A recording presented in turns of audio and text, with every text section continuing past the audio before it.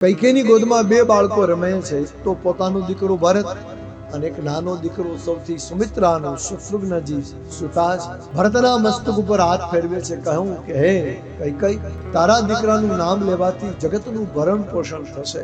આનો અર્થ એ છે કે શ્રી ભરતજી ભગવાનનો આંશિક અવતાર, એનું નામ ભરત છે, બાકી એ રામ છે, વિષ્ણુ છે, દોનો ही विष्णु, दोनों ही विष्णु. तो આનું નામ લેવાથી भगवान છે ને એ विष्णु જગતનું ભરણ પોષણ કરે. ये सब तीनों देव का जो काम है, भगवान विष्णु जगतનું ભરણ પોષણ કરે, ભગવાન બ્રહ્માજી સર્જન કરે અને શિવજી સંહાર કરે.